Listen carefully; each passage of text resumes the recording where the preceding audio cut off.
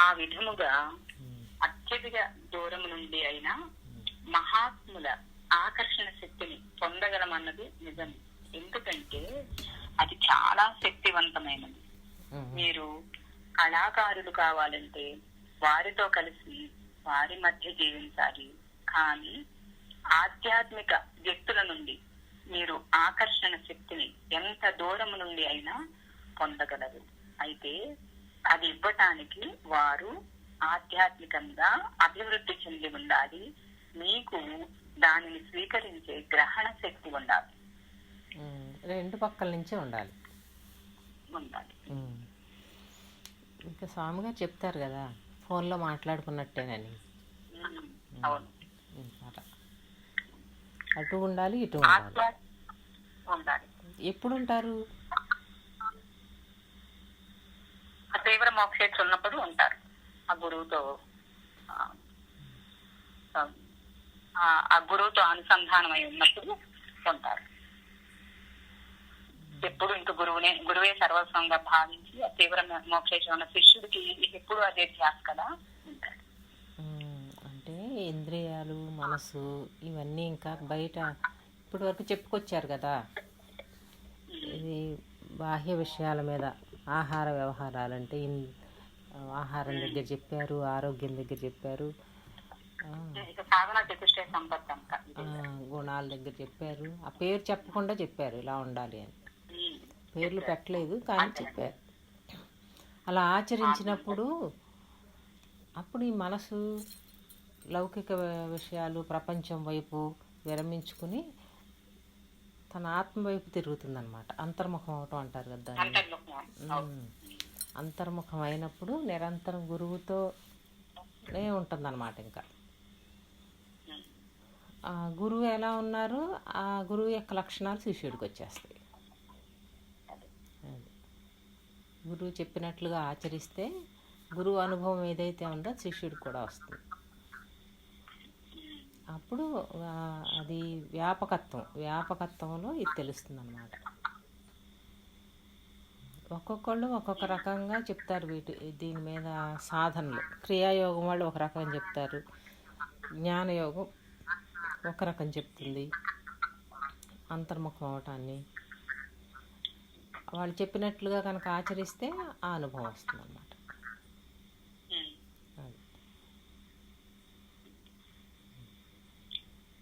పిలిస్తే పలుకుతారు. దానికి పెద్ద స్వామి గారు కూడా చెప్తారు, ఆర్తితో పిలవాలి అని, మామూలుగా కాకుండా ఆర్తితో పిలిస్తే పలుకుతారు అని. చదవండి. ఇప్పుడు ఆధ్యాత్మిక వ్యక్తుల నుండి ఆకర్షణ శక్తిని గ్రహించడానికి మీరు ధ్యానం చేస్తున్నప్పుడు, ప్రార్థన చేస్తున్నప్పుడు వారు మీతో ఉన్నట్టుగా అనుభూతి చెందాలి. ఆ భావన వెంటనే వారి ఆకర్షణ శక్తిని మీ వద్దకు తెస్తుంది. మీకు ప్రార్థన చేసేటప్పుడు చెప్తా కదా, భావంతో చేయండి అని. మనం బ్రహ్మానందం అన్నాం అనుకోండి, బ్రహ్మానందాన్ని అలా వ్యాపకత్వాన్ని భావించాలన్నమాట. నమో బ్రహ్మాదిభ్యో అన్నాం అనుకోండి, బ్రహ్మ విద్యా సాంప్రదాయ కర్తృభ్యో అన్నప్పుడు ఆ ఋషులు, బ్రహ్మర్షులు ఉన్నారు కదా, ఆ బ్రహ్మర్షులందరూ కూడా ఆ పై తలాల నుంచి మన వరకు ఉన్నట్లుగా ఫీల్ అవ్వాలన్నమాట, భావన చేయాలి. అలా చేస్తే మనకు ఆ భావమే వాళ్ళకి కనెక్ట్ అవుతుంది అన్నమాట. మనం చేసే ప్రార్థనలో భావనతో తాదాప్యత చెందాలి, ఆర్తిగా ప్రార్థన చేయాలి. అలా చేసినప్పుడు ఆ గురుతత్వం స్వామి గారు చెప్పారనమాట. ఏంటంటే ఆ వైబ్రేషన్స్ అందుతాయి అంట, వాళ్ళ వైబ్రేషన్స్ మనకు అందుతాయి అంట.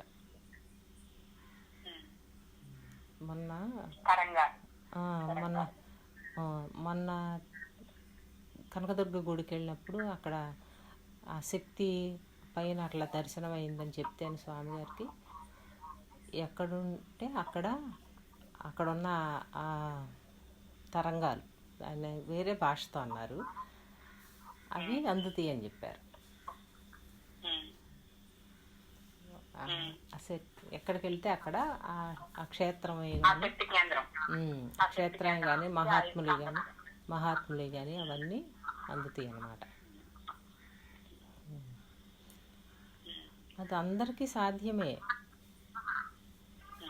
ఇది క్రియాయోగం ధ్యానంతో చెప్తారు, జ్ఞానమేమో విచారణతో చెప్తారు. జ్ఞానం విచారణ చేసే వాళ్ళకు కూడా ఈ ధ్యాన యోగాది సాధనలు పూర్తి అయిపోయినాకే విచారణ కుదురుతుంది. అన్నీ ఒకదాంతో ఒకటి ఇంటరాక్ట్ అయి ఉంటాయి అన్నమాట, అనుసంధానమై ఉంటాయి. అన్ని యోగాలు కలిసే పనిచేస్తాయి. పతంజలి చిత్తవృత్తి నిరోధం అని చెప్తారు కదా, అక్కడ మనకేమో ఇందులో అంతఃకరణ శుద్ధి అంటారు,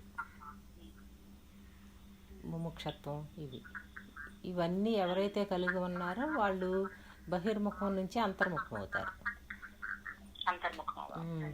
అంతర్ముఖంలో అదంతా స్థూల సూక్ష్మ కారణాలను దాటిన స్థితిలో ప్రజ్ఞలో ఉన్నప్పుడు అది సాధ్యం అన్నమాట. ప్రజ్ఞాస్థితిలో సాధ్యమవుతుంది. మెహర్ బాబా వారు కూడా 7 మడతల తెర అని చెప్పి అవన్నీ ఒక్కొక్క ఇంద్రియం దగ్గర దానికి వచ్చే దూరదర్శనం, దూరదృష్టి, దూరశ్రవణం ఇవన్నీ కూడా చెప్పుకొచ్చారు. ఇప్పుడు ఇది దూరదర్శనము, దూరశ్రవణాల్లోకి వస్తాయి అన్నమాట. ఇవన్నీ ఒక రకంగా సిద్ధులే అవుతాయి. ఇంకా మహత్తులంతా కూడా సూక్ష్మం.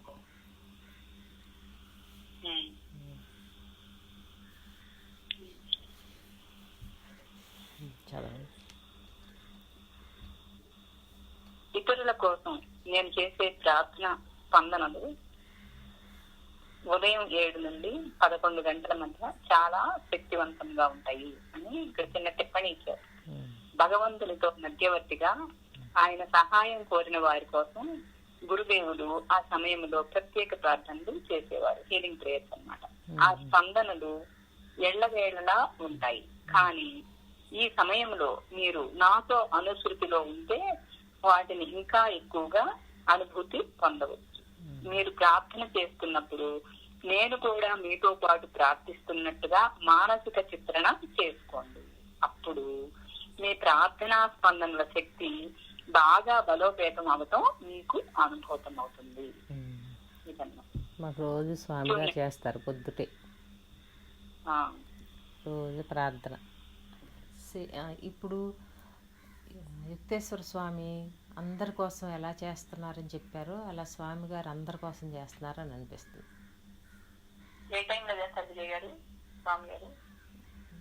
నేను ఉదయం మన సత్సంగం అయ్యి కిందకి వెళ్ళేసరికి పోర్టుకల్ కూర్చుని చేస్తూనే ఉంటారు. అప్పుడే మొదలు పెడతారు పొద్దున్నే 6. ఆ సమయానికి కూడా నాకు కరెక్ట్ అవుతారంటున్నారు కదా. ఇక్కడ నేను ఆ సమయంలో చేస్తాను, మీరు కూడా ఆ సమయానికి ఏంటంటున్నారు. మీరు ప్రార్థన చేస్తున్నప్పుడు కూడా నేను కూడా మీతో పాటు ప్రార్థిస్తున్నట్టుగా మానసిక చిత్రణ చేసుకోండి. తర్వాత ఏమన్నారు, ఆ స్పందనలు ఎల్లవేళగా ఉంటాయి. కానీ ఈ సమయంలో మీరు కూడా నాతో అనుసృతిలో ఉంటే వాటిని ఇంకా ఎక్కువగా అనుభూతి పొందవచ్చు అంటున్నారు. ఆ సమయంలో మనం కూడా చేస్తాం. అది టైం కరెక్ట్గా చూడలేదు, టైం చూస్తాను. గొప్ప గురువులు నివసించిన స్థలానికి మీరు వెళ్ళినప్పుడు అక్కడి స్పందనలు మీ ఆత్మ సాక్షాత్కారాన్ని త్వరితం చేస్తాయి. పవిత్ర స్థలాలకు చేసే తీర్థయాత్ర విలువ అదే.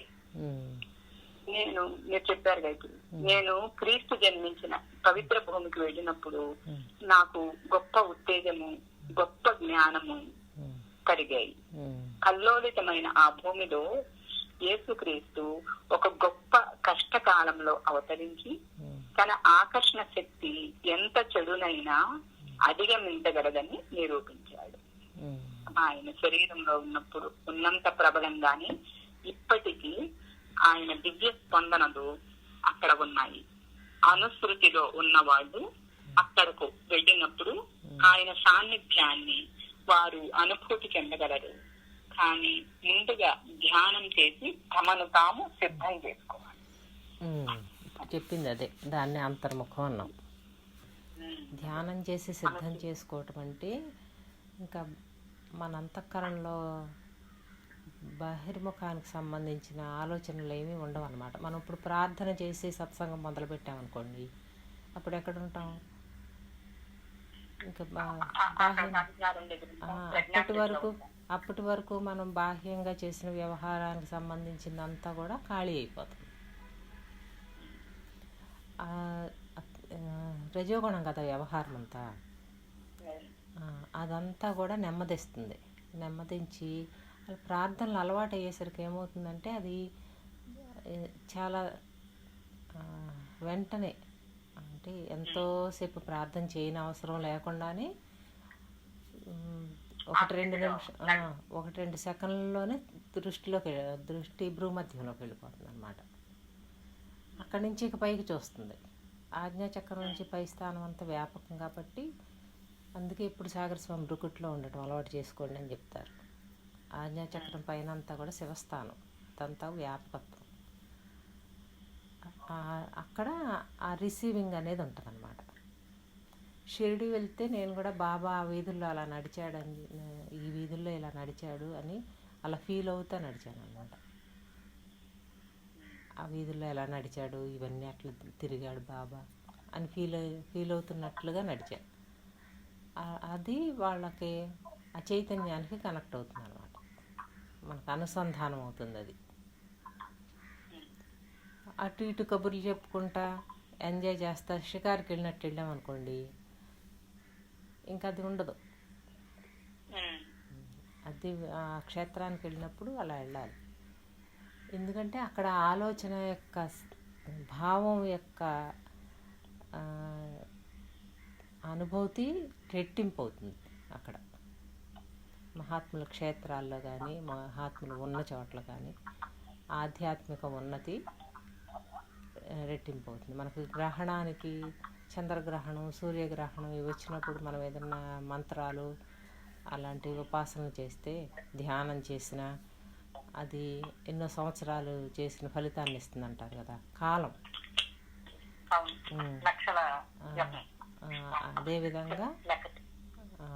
అదేవిధంగా పుణ్యక్షేత్రాలు, మహాత్ముల యొక్క తీర్థాలు వాటిల్లోకి వెళ్ళినప్పుడు క్షేత్రం అంటారనమాట. అవతారతత్వం ఉన్న జిల్లెళ్ళమూడమ్మది క్షేత్రం. ఇలా తిరుపతి వెంకటేశ్వర స్వామిది క్షేత్రం, రమణ మహర్షి, వీళ్ళందరూ కూడా క్షేత్రాలు అనమాట. షిరిడి కూడా వెళ్ళినప్పుడు అక్కడ వాళ్ళ చైతన్య వ్యాప్తి ఉంటుందన్నమాట. అంటే వాళ్ళ సంకల్పం ఎలా సంకల్పించారో దానికి మన భావన కనెక్ట్ అవుతుంది. ఈ మధ్య కాలంలో పెట్టుతాయి.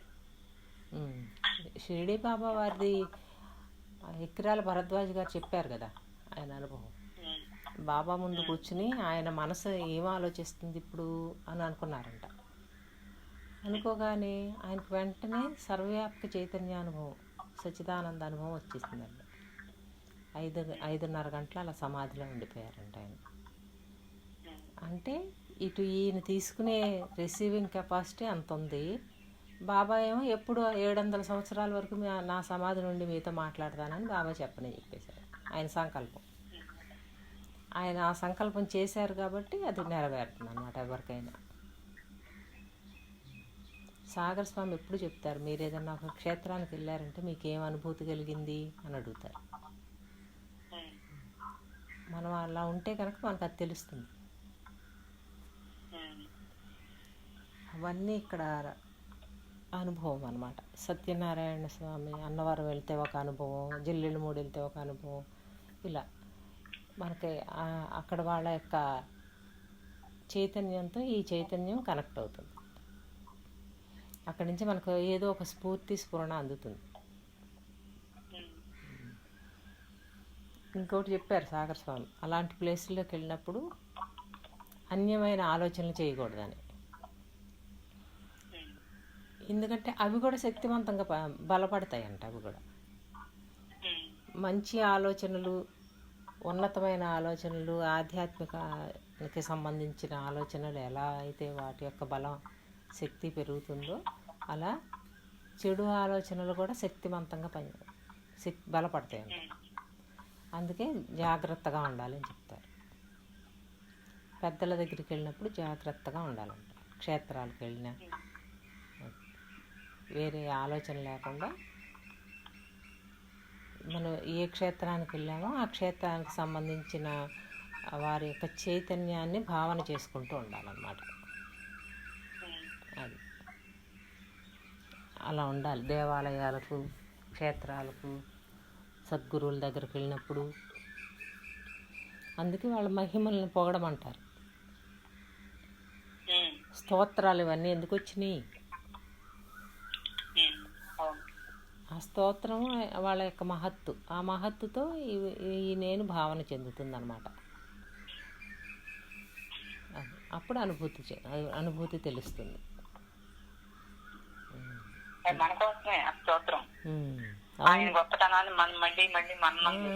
అవును కదా. మరి అవన్నీ మనం మననం చేస్తుంటే మన భావన దానితో వ్యాప్తి చెందుతుంది.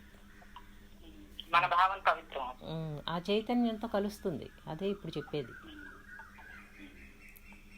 అక్కడ ఉన్న క్షేత్రాల్లో ఉన్న మహాత్ముల యొక్క దివ్య చైతన్యం అనుభూతమవుతుంది అని అర్థం.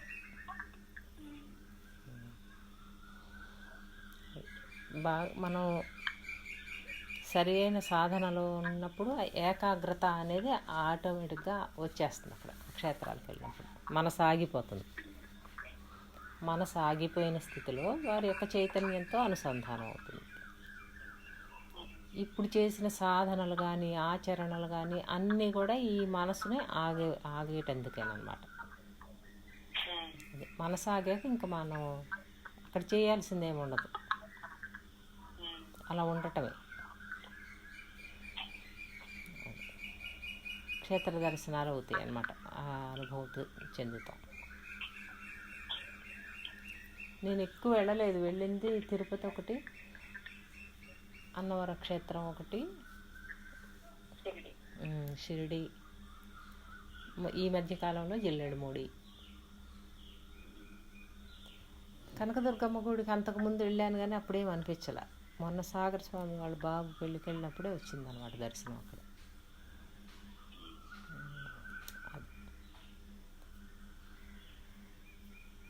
చదవండి. అరుణాచలం వెళ్ళొస్తే ఎవరో మీకు అక్కడ ఏం అనుభూతి కలిగింది అని అడిగారంట సాగర్ స్వామి. ఎప్పుడు కలుగుతుంది? ఇప్పుడు చెప్పారు కదా, గురువు శిష్యుడు ఇద్దరు అలా ఉండాలని. అక్కడ క్షేత్రంలో వారి చైతన్యం ఎప్పుడు అట్లాగే ఉంది కాబట్టి మన చైతన్యం వాళ్ళ చైతన్యంతో కలిసేటట్లుగా ఏకాగ్రత సాధించాలన్నమాట అక్కడ. అయితే ఏదో అనుభవం రావాలని అనుకోకూడదు. అక్కడ వాళ్ళ యొక్క ఇప్పుడు మనం రమణ మహర్షి జీవిత చరిత్ర అంతా చదివాము. ఆయన అక్కడ ఎలా ఆ బల్ల మీద కూర్చుని అక్కడ ఆయన ఉంటాయి కదా, అక్కడ ఉండి ఎలా చెప్పేవారు, ఆయన కూర్చున్న సోఫా అవన్నీ అక్కడికి వెళ్ళగానే మన స్మృతిలోకి వచ్చేస్తాయి అన్నమాట. ఇంకా వచ్చినప్పుడు అది మనం అసలు అది చదివేటప్పుడే ఆయనతో ఉన్నట్టు భావన ఉంటే అక్కడికి వెళ్ళిన ఒకటి, ఇక్కడికి వచ్చిన ఒకటి. మనం ఎక్కడుంటే అక్కడే అందుతాయి. రమణ మహర్షి నాకు అందింది ఏమిటి అంటే, బాబా గుళ్ళోకి సత్సంగానికి వెళ్ళలేకపోతున్నాను, ఈయనకి యాక్సిడెంట్ అవ్వటం వల్ల, బెడ్ రిటర్న్ వల్ల వెళ్ళలేకపోతున్నాను నేను, ఇంకా ఇంతేనా, ఇంకా నాకు ఇలాగేనా, నేను వెళ్ళలేనా సత్సంగానికి అని ఒకరోజు బాగా వేదన వచ్చిందనమాట. ఇది సత్సంగం ఆగిపోయిన 2 నెలలకి వేదన వస్తే అలా పని చేసుకుంటూ ఇంకింతేనా ఇలా అనుకుంటూ తిరుపతి టీవీనో భక్తి టీవీనో పెడతా ఉండేదాన్ని. టీవీలో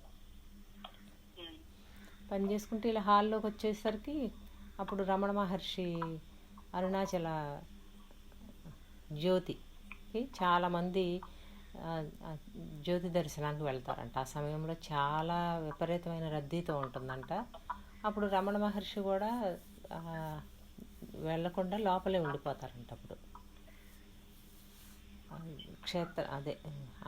అరుణాచల కొండ చుట్టూ నడుస్తారు కదా, అవును, గిరి ప్రదక్షిణ. గిరి ప్రదక్షిణకి వెళ్ళకుండా, జ్యోతి దర్శనానికి వెళ్ళకుండా ఆయన లోపలే ఉండిపోతారంట అందరూ వచ్చినప్పుడు. అలా ఒక అతను బాగా విపరీతమైన రద్దీతో ఉంటే వెళ్ళలేక లోపలికి వచ్చేసాడు. రమణ మహర్షి మందిరానికి వచ్చాడు. వచ్చి అక్కడ కూర్చుని దుఃఖపడుతున్నాడు. అంటే నేను ఇంత దూరం వచ్చాను, నేను జ్యోతి దర్శనం చేసుకోలేకపోయాను అని. అంటే రమణ మహర్షి చూసి దగ్గరికి వెళ్ళి, ఎందుకు దుఃఖిస్తున్నావు అంటే ఇలా బాధపడతా చెబుతారు. అసలు దర్శనం ఆయన గురు దర్శనం అయిందని కూడా గుర్తించలేదన్నమాట. బాధపడితే అప్పుడు రమణ మహర్షి ఏం చెప్పారంటే, ఆ జ్యోతి నీ హృదయంలో ఆత్మజ్యోతిగా వెలుగుతుంది కదా, అక్కడికి ఇక్కడికి వెళ్ళలేను అనుకుంటావు ఎందుకు, అది ఇది చూడలేను అనుకుంటావు ఎందుకు అన్నారట. నీలో ఉన్న జ్యోతిని దర్శించవచ్చు కదా, అక్కడ దాకా ఎందుకు అని. అది నాకు సరిపోయింది అనమాట. అప్పుడు నాకు ఇలా వేదన వస్తే అక్కడికి ఎక్కడికో వెళ్ళలేదు అనుకుంటావు ఎందుకు, ఇక్కడే ఉంది కదా అని. అలాంటి స్ఫూర్ణలు అందుతాయి అన్నమాట మనకి ఆర్తిగా ఆ తపన వచ్చినప్పుడు. మన సాగర్ స్వామి పెట్టిన దాంట్లో కూడా ఏదో ఒక PDF పెట్టారు, దాంట్లో ఉంది ఇది. ప్రశ్న నీలోనే పుట్టాలి, సమాధానం నీలోనే రావాలి అని. అలా మనకు పెద్ద స్వామి గారు కూడా చెప్తారు, నీకు ఒక పుస్తకం ద్వారానో, ఒక టీవీ ద్వారానో, ఒక వ్యక్తి ద్వారానో నీకు ఆ సందేశం అందుతుంది అని. అదే అందుకోగలగాలన్నమాట. అది అప్పుడు గురువు సర్వవ్యాపకం అనేది మనకు అనుభవానికి వస్తుంది. గురువుకి దగ్గర దూరం లేదు ఇంకా.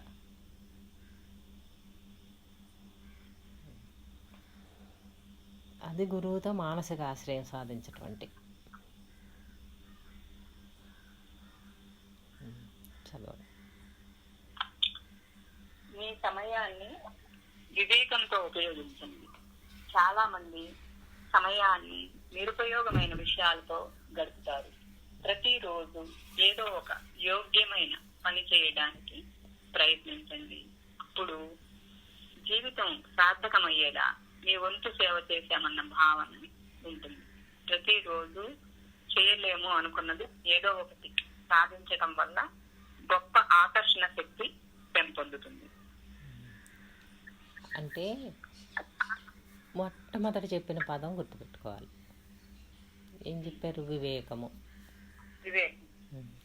వివేకంతోనే చేయమన్నారు. చేయమన్నారని ఏది పడితే అది చేయమనలా.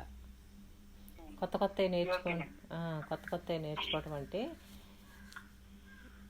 యోగ్యమైనవి అంటే యోగము అంటే భగవంతునితో అనుసంధానం చేసేవి. అప్పుడు పని కానీ, మాట కానీ, చేత కానీ అన్నీ కూడా భగవంతునితో అనుసంధానం చేసేవే నేర్చుకోవాలన్నమాట. అప్పుడు ఈయన ఏం చెప్పారు? అందరి కోసం గురువు గారు ప్రార్థిస్తారు అన్నారు. అది యోగ్యమైన ప్రార్థన అన్నమాట. తన కోసం చేసినవి కాదు, స్వార్థంతోనూ తన సుఖ సౌఖ్యాల కోసం చేసినవి యోగ్యమైనవి కావు, అవి స్వార్థమైనవి. యోగ్యమైనవి అంటే గురువు నడిచిన బాటలో నడవటం అన్నమాట. వాళ్ళకేం అవసరం లేదు కానీ పనులన్నీ చేస్తారు. ఆ పనులు కూడా ఎంతో ఉన్నతంగా చేస్తారు, ప్రజ్ఞతో చేస్తారనమాట. మనం ఏదైనా ఒక పని తొందరగా చేయాలన్నా అనుకోండి, మన శరీరము, మనస్సు అన్నీ కూడా అది ఆ తీవ్రతలోకి మారిపోతాయి, రజోగుణంలోకి. వాళ్ళు ఏ పని చేసినా కూడా అక్కడ పరిగెత్తుకుంటూ చేసి సాధించేది ఏమి లేదు, ఇదంతా మాయే కదా. లేనిదని తెలుసు కదా. లేనిదని తెలిసి కూడా తాత్కాలికంగా ఉన్న ఈ సృష్టిలో జీవులకు తాత్కాలికంగా అప్పటికప్పుడు సత్యం అనే అనుభవాన్ని ఇస్తుంది. కాబట్టి వాళ్ళను ఆ అంధకారం అంటే అజ్ఞానంలో నుంచి బయటపడవేయడానికి వీళ్ళ వంతు సహాయం వీళ్ళు చేస్తారన్నమాట. ఎంతవరకు చేయగలరో అంతవరకు సమిష్టికి చేస్తారు. అదంతా కూడా యోగ్యమైంది. నాకేం అవసరం లేదు అని కూర్చోకూడదని చెప్తున్నారు ఇక్కడ. ఇంద్రియాలు విషయాలను వదిలేసినాయి, మనసేమో ఇంద్రియాలను వదిలేసింది, బుద్ధి ఏమో ఆత్మ వైపు తిరిగింది. అప్పుడు ఇంకా నాకేం అవసరం లేదు, అని ఉంటారు కదా. అలా ఉంటే బుద్ధి అప్పుడు ఏమవుతుందంటే రిసీవింగ్ కెపాసిటీ కోల్పోతుంది, జడమైపోతుంది అన్నమాట.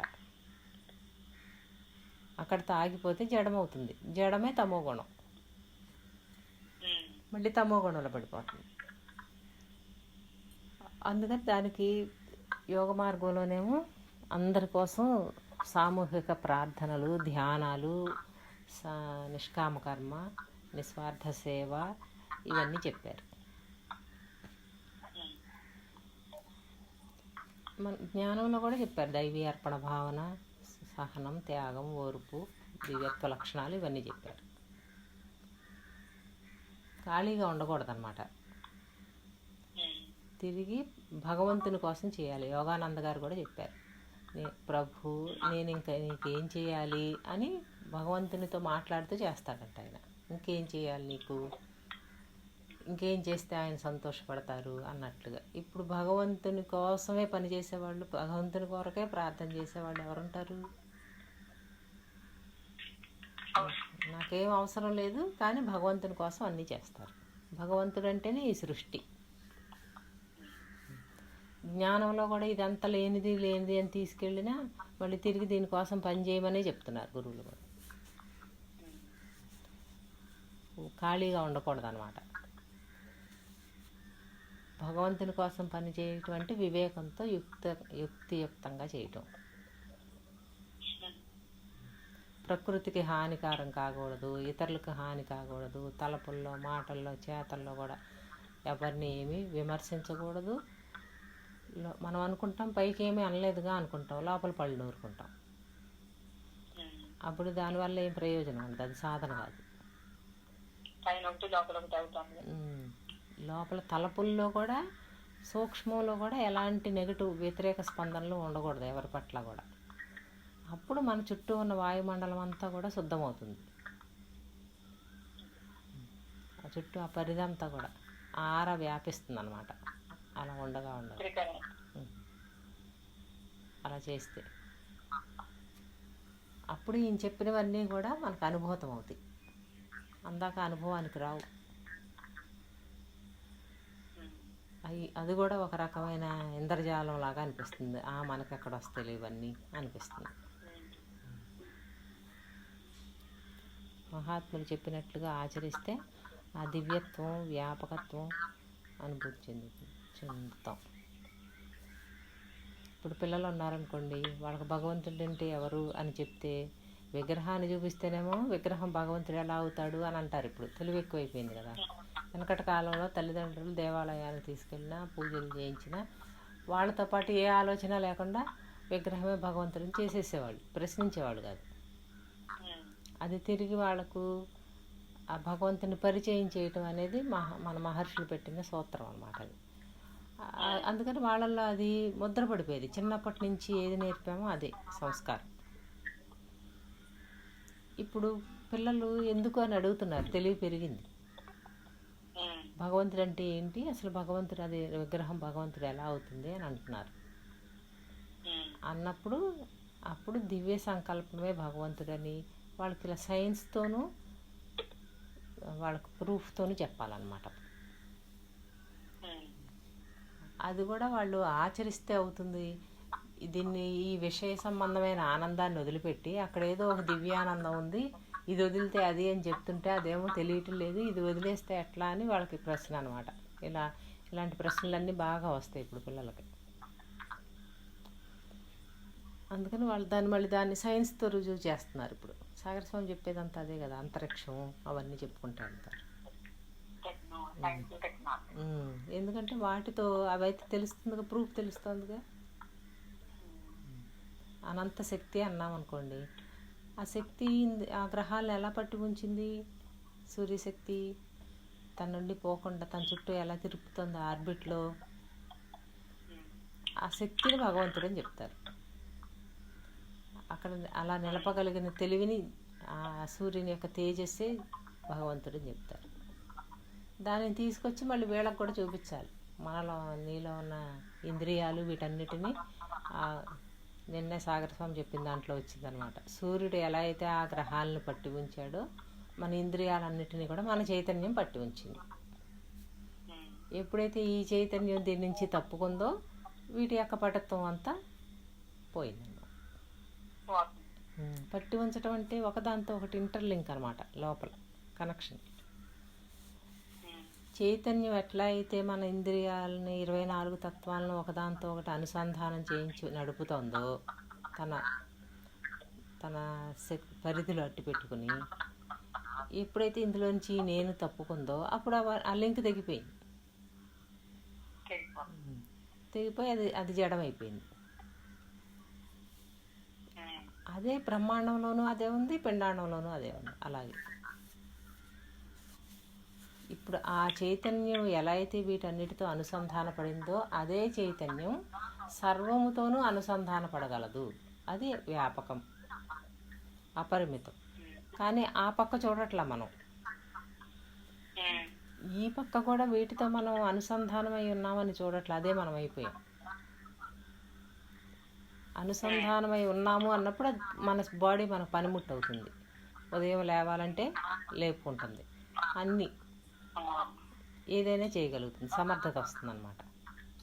అంటే ఇప్పుడు ఈ గ్రహ గోళాలన్నీ ఏ శక్తి ఆధారంగా తిరుగుతున్నాయో అదే భగవంతుడు, అదే శక్తి మనలోనే ఉంది అని తెలుసుకోవాలి. అంతేగా మరి ఆ శక్తి మన ఇంద్రియాలన్నింటినీ పట్టి ఉంచింది. ఆ శక్తి భగవంతుడు. బ్రహ్మము అన్నారు కదా, సర్వాన్ని కలిపి. బ్రహ్మము అంటే ఎవరు? సచ్చిత్ ఆనందం.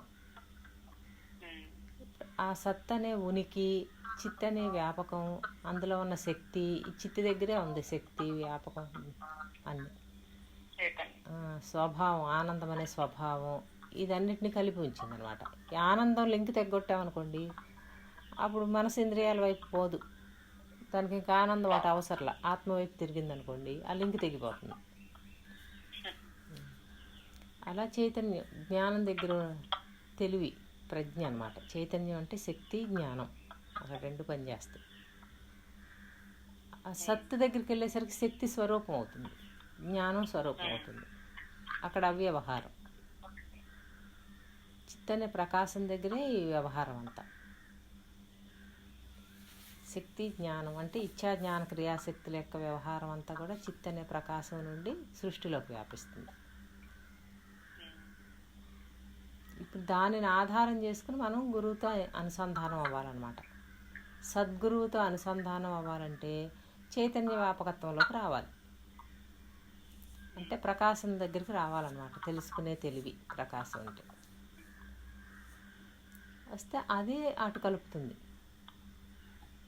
సో చంద్రకిరణాలు స్వయం కిరణాలు కాదు చంద్రుడికి. సూర్యుని యొక్క కిరణాలు చంద్రుడి మీద ప్రతిబింబిస్తే చంద్రుడు కూడా తేజవంతమయ్యాడు.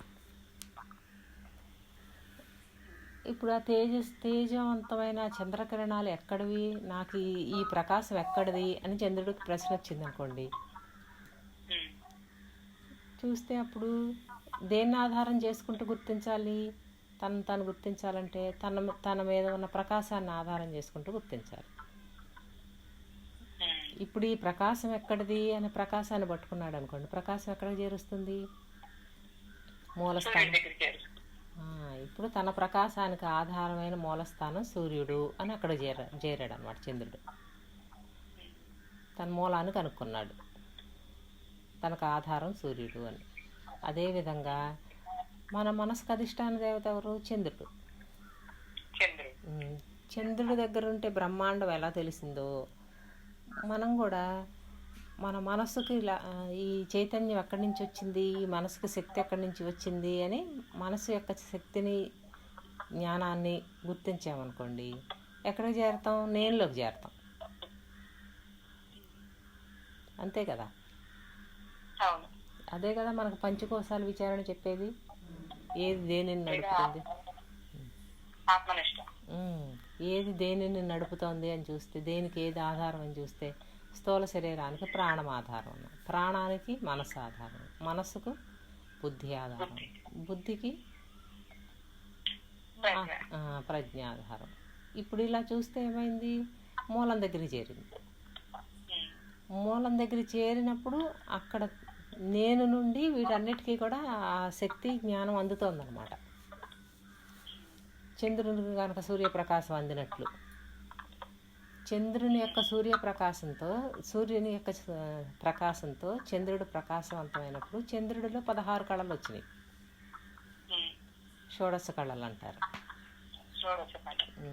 ఈ 16 కళలు ఎలా వచ్చినాయి? సూర్యుడు ఇచ్చాడా, చంద్రుడికి స్వయంగా వచ్చినాయా? సూర్యుడు ఆధారంగానే వచ్చినాయి. కానీ సూర్యుడు ఇచ్చాడా ఆయనకి? అది ఎవరి స్థానాల్లో వాళ్ళు ఉంటే ఆయా పనులు అలా జరిగిపోతున్నాయి అన్నమాట. అదే మాయ అంటే. దానిని ఎవరి మీద ఆపాదించడానికి ఉండదు సృష్టి. సూర్యుడిని అడిగితేనేమో ఆయనకి ఇచ్చే ప్రయత్నాలు లేవు. తన పాటికి తను జ్వాజ్వలయమానంగా వెలుగుతున్నాడు స్వయం ప్రకాశంగా. చంద్రుడిని అడిగితే నువ్వు తీసుకున్నావా అని అడుగుతుంటే చంద్రుడేమో తనకు సంబంధం లేదు. ఆయన తన చుట్టూ తను తిరుగుతూ సూర్యుడి చుట్టూ ప్రదక్షిణాలు చేసుకుంటున్నాడు. ఆ క్రమంలో ఈయన మీద ఆ వెలుగు నీడలు పడుతున్నాయి. అమావాస్య పౌర్ణమి వస్తున్నాయి. ఇందుకే ఈ సృష్టి అంతా కూడా ఉనికి అన్నారు. అలా ఉన్నట్లుంటే జరగాల్సిందంతా జరిగిపోతుంది. ఎవరి స్థానంలో వాళ్ళు ఉన్నట్లుగా ఉన్నారు. జరిగేదంతా జరుగుతుంది. దాన్ని ఎవరి మీద ఆపాదించడానికి లేదు. అందుకే మనం చేసిన పనులన్నీ కూడా అంతే. ఆదిశక్తి ప్రేరణ లేనిది ఇక్కడ ఏం కదలికలు ఉండవు. అవన్నీ జరిగిపోతున్నాయి. ఎవరైతే అదంతా అప్రయత్నంగా జరిగిపోతుంది అనుకుంటారో వాళ్ళలో నేను బలహీనపడిపోతాను. నేను చేయట్లేదు, ఏదో ఒక దివ్యమైన శక్తి నడుపుతుంది, దివ్యమైన జ్ఞానం నడుపుతుంది అన్నవాళ్ళు ఆ దివ్య జ్ఞానాన్ని దివ్య శక్తితో అనుసంధానం అవుతారన్నమాట. అదే తలుస్తూ ఉంటారు నిరంతరం. ఆ దైవీ శక్తి, ఆ భగవత్ శక్తి ఏది, భగవంతుని జ్ఞానం ఏది, అది నాలో కూడా పనిచేస్తుంది కదా అని తనలో ఉన్న దివ్యత్వాన్ని జ్ఞానాన్ని మేలుకొల్పుకుంటారు. అప్పుడు కదా అదే ఎక్కడ మహాత్ములు ఉంటే, ఎక్కడ క్షేత్రాలు ఉంటే అక్కడ దానితో ఇది అనుసంధానం అయిపోతుంది. బ్రహ్మాండ పరిధిలో చేరుతుందన్నమాట. అక్కడి నుండి కిందకి చూస్తే వ్యాపకత్వం. అది అక్కడ ఏమన్నా ఎవరన్నా చేస్తున్నారంటే అక్కడ కూడా బ్రహ్మాండంలో కూడా దాని పాటికి అది జరిగిపోతుంది. ఈ జరిగేదంతా కూడా అవ్యక్తం దగ్గరికి వెళ్ళి చూస్తే ఆగిపోతుంది. అక్కడ లయం అయిపోయినప్పుడు లయస్థానంలోకి వెళ్ళి చూస్తే ఇదంతా కూడా లేనిది. పిండాండం అంటే మన ఒక్క శరీరం పుట్టకముందు ఎలా నామరూపాలుగా లేదో, అవ్యక్తంగా ఉందో, పుట్టాక వ్యక్తమై ఒక శరీర ఆకారాన్ని ధరించి దానికి ఆ పెరగటం, అది శరీరానికి వృద్ధి క్షీణతలు ఎలా ఉన్నాయో, మళ్ళీ తిరిగి ఎలా నశించిపోతుందో, అలా కాలానుగుణ్యంగా బ్రహ్మాండం కూడా అంతే. సూర్యుడు కూడా బ్లాక్ స్టార్ అయిపోతాడు. ఆయన నుండి వ్యక్తమైన నవగ్రహాలన్నీ ఆయనలోకి వెళ్ళి లయం అయిపోతాయి. ఇది సృష్టిలో వ్యక్తము అవ్యక్తము రెండు ఉన్నాయన్నమాట. ఈ వ్యక్త స్థితిలో పరిమిత భావాన్ని పోయి అపరిమితము అనే భావనలో అనుసంధానం అయినప్పుడు, ఆ ఏకాగ్రతతో ఉన్నప్పుడు, అంటే ఈ ధ్యానం కానీ, విచారణ కానీ, భావంతో కానీ, ప్రార్థనతో కానీ, ఆర్తితో కానీ నిరంతరం ఇదే ధ్యాసలో ఉన్నప్పుడు స్థూలాన్ని వదిలేస్తుంది అన్నమాట మన మనసు. అప్పుడు వదిలేసి అప్పుడు వ్యాపక ధర్మాన్ని తెలుసుకుంటుంది.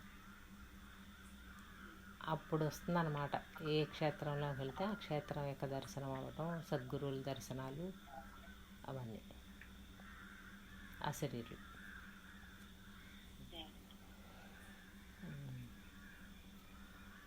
ఇవన్నీ సిద్ధులే. కానీ దీన్ని జ్ఞానం వైపు వినియోగించుకోవాలి, గురువులతో ఏకత్వానికి వినియోగించుకోవాలి, అజ్ఞానానికి వినియోగించకూడదు. ఇంకా ఉన్నతమైన స్థితికి వెళ్తారన్నమాట. చదువు. మీ ఆలోచనలను గమనించండి, మీ అనుభవాలన్నీ మీ ఆలోచన నుండి వడకట్టబడి వస్తాయి.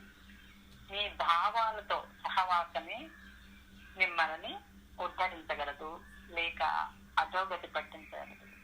మీ శరీరము ఇంద్రియాలు అనే 5 గుర్రాలతో లాగబడే రథం. ఆత్మ అయిన మీరు దాని యజమాని మరియు సారథి.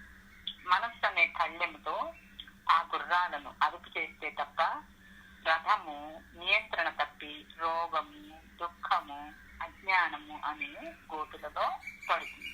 ఆ రథము మీ జీవితాన్ని విజయవంతంగా నడిపించి నిజ గమ్యమైన భగవత్ సామ్రాజ్యాన్ని చేర్చాలంటే ఇంద్రియాలనే గుర్రాలను మీరు నియంత్రణలో ఉంచాలి. అటువంటి నిగ్రహం వల్ల మీపై మీకు ఆధిపత్యం, తద్వారా నిజమైన ఆనందం.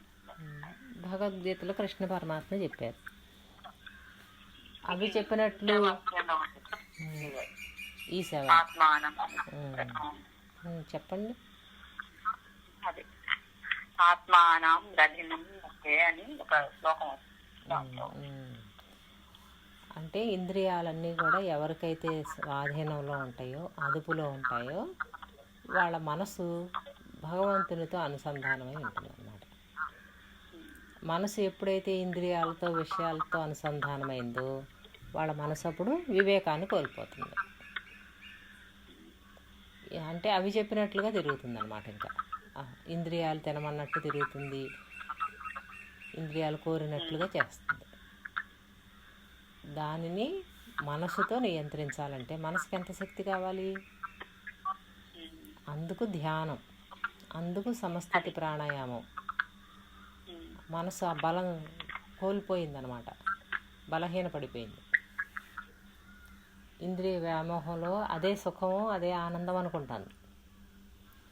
దానికి వ్యతిరేకం చేసి మనసుని ఇటు ఆత్మకు అభిముఖంగా తిప్పాలి అంటే మనసు శక్తివంతం అవ్వాలి. ఇప్పుడు ఆ శక్తివంతం అవ్వడానికే ఈ సాధనలన్నీ అన్నమాట. మనసుకు జపం చేయించడం కానీ, ఒక మంత్రం ఇచ్చి జపం చేయించడం కానీ, ప్రార్థనలు కానీ, సత్సంగాలు కానీ, శాస్త్రాధ్యయనం కానీ, ఇవన్నీ మనసును ఇంద్రియ విషయాల నుంచి మరల్చి వేరొక దాని మీద పెట్టడం. ఉపరతి అంటారు. ఉపరతి అటు వాటి మీద పొందే ఆనందాన్ని, ఈ జ్ఞానం అనే రుచి తెలిసిందనుకోండి, అప్పుడు ఇది వినటానికి ఇష్టపడుతుంది, ఇది చదువుకోవడానికి ఇష్టపడుతుంది, దీని గురించి ఆలోచించడానికి ఇష్టపడుతుంది. ఇది తప్ప ఇంకో వేరే ప్రపంచం వద్దనిపిస్తుంది. అలా అలవాటు చేయాలి మనసుకు. ముందు అభ్యాసమే. అభ్యాసేనతు కౌంతేయ అని కృష్ణ పరమాత్మ చెప్తారు. ఏదైనా సరే అభ్యాసంతోనే. ఇది కూడా మనం అభ్యాసంతోనే ఇలా బలపడిపోయింది మనసు. అదేది చెప్తే అది ఏది బాగుంది అనుకుని వాళ్ళు రుచి చూసామనుకోండి, అది మన లోపల స్మృతిలో ముద్ర పడుతుంది. మళ్ళీ అది రెండోసారి చూసామనుకోండి, పూర్వ ముద్రలో నుంచి తెచ్చుకుని ఇంకా బాగుంది అనిపిస్తుంది. అలా తినగా ఏమవుతుంది, అది చాలా అద్భుతమైంది అని మన మైండ్లో. మామిడి పండు ఉంది, తిన్నాక కొంతకాలం ఆ మామిడి పళ్ళు సీజన్ ఆగిపోతుంది. మళ్ళీ తిరిగి మామిడి పండు కనిపించగానే అంతకు పూర్వం ఉన్న వాసన అంతా బయటకు వస్తుంది అన్నమాట. అంటే మన స్మృతిలో వీటి డేటా అంతా కూడా నిక్షిప్తమైపోయి ఉంటుంది. నిక్షిప్తమయ్యి అది వాటి మీద ఎంత తీవ్రమైన వ్యామోహం ఉందో దానిని బట్టి రాగద్వేషాలు ఏర్పడతాయి. అది అందించిన వాళ్ళ పట్ల రాగం, అది లాగేసుకున్న వాళ్ళ పట్ల ద్వేషం. ఇలా రాగద్వేషాల్లో పడిపోతాం అన్నమాట, ఇంద్రియ వ్యామోహాలు. అప్పుడు వివేకం పనిచేయదు. వివేకము అంటే ఇప్పుడు వీటన్నిటినీ కూడా యుక్తితో వాటి స్థానాల్లో లయింపజేయటం అన్నమాట. అంతవరకు యుక్తి, వాటి మీద బలప్రయోగం చేయకూడదు. యుక్తి ఉండాలి, వివేకం ఉండాలి. వాటికి మనమే అలవాటు చేసేస్తాం. నాడుల ద్వారా స్పందనలన్నీ కూడా వేగంగా పనిచేస్తూ ఉంటాయి. అటు వాటిని ఒక్కసారి ఆపేస్తే చూడండి, మన కరోనా వైరస్ వచ్చింది, ఆ మద్యం షాపులన్నీ మూసేశారు. కొంతమంది ఎలా ఆ నరాలు వాళ్ళని ఎలా వణికిచ్చాయి అంటే, వాళ్ళ భార్యలే ఏదో ఒక రకంగా తీసుకొచ్చి వాళ్ళని బ్రతికించడానికి ఇచ్చారు. అంతకుముందు అది తాగకూడదని తిట్టిన వాళ్ళు ఆ సమయంలో ఏం చేశారు? ఇవ్వాల్సి వచ్చింది. అంటే అంత ఆ శరీరంలో అణువు దానికి బానిస అయిపోయింది. నాడులన్నీ బానిస అయిపోయినాయి. అప్పుడు అది తీవ్రమైన వణుకుగా వాళ్ళల్లో వైబ్రేషన్స్ అవన్నీ సూక్ష్మం, అదంతా మానసిక వ్యధ, అదంతా సూక్ష్మం, లోపల సూక్ష్మం తీవ్రంగా పనిచేస్తుంది వాళ్ళ మీద. అప్పుడు ఒత్తిడి పెడతాను, నరాలన్నీ టెన్షన్ పెడుతున్నాయి.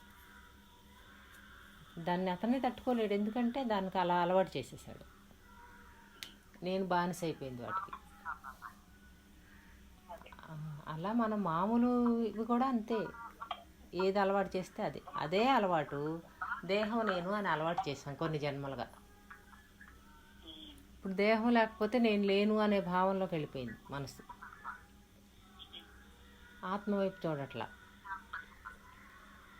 అందుకని ఈ ఇంద్రియాల దగ్గర, మనసు దగ్గరే సాధన అంతా ఉంటుంది అన్నమాట. అందుకే సమత్వ భావన, సమస్థితి, సత్వగుణం ఇవన్నీ అభ్యాసం చేసుకోవాలి. సహనం, ఓర్పు, త్యాగం, ఏది జరిగినా దైవేచ్ఛగా జరుగుతుంది అనుకోవటం అంతా కూడా మనసును స్వాంతన చేయటానికి. మనసు ఎప్పుడైతే శాంతపడిందో అది బుద్ధి. అప్పుడు బుద్ధికి ఏది చెప్తే అది తొందరగా గ్రహిస్తుంది. బుద్ధి పరిధిలో ఉన్న నేను కూడా ప్రశాంతంగా ఉంటుంది. దీనిని దాటితే కానీ ఆయన చెప్పిన అర్థం కాదు మనకి. ఇప్పటి వరకు చెప్పిందంతా అనుభవానికి రావాలంటే ఆ బుద్ధిని దాటాలి. బుద్ధిని దాటాలంటే జ్ఞానం, ఇంకా లోతైన ధ్యానం కానీ లోతైన జ్ఞానం కానీ. బుద్ధిని దాటి చూస్తే అప్పుడు కేవలం చైతన్యం, ప్రజ్ఞకి ఏం పని లేదు, అది అంతే. సూర్యుడు ఉంటే కనుక ఈ గ్రహాలన్నీ ఎలా అయితే ఆ కక్షలు తిరుగుతున్నాయో మనందరికీ ఆయన ప్రకాశం ఎలా అందుతుందో అలా మన చైతన్యం అనేది, ఈ నేనుకున్న లక్షణాల్లో ప్రకాశం అనేది ఉండటం వల్ల, ఉనికి అనేది ఉండటం వల్ల ఇవి 24 తత్వాలు కూడా చైతన్యవంతమైనవి అన్నమాట. ఇప్పుడు వీటికి చైతన్యం ఎవరిది? నేనుది. ఈ నేను చైతన్యం అన్నప్పుడు అన్నవారు అవన్నీ తనకు పనిముట్లు అవుతాయి. అప్పుడు వాటి ఇష్టమైనట్టు అవి పోవు. వాటిని నియంత్రణ చేసుకుంటాడు, చక్కగా వాటితో పని చేయించుకుంటాడు, సాధన చేయించుకుంటాడు, ధ్యానం చేయించుకుంటాడు, విచారణ చేయించుకుంటాడు, మనసుతో విచారణ చేయించుకుంటాడు.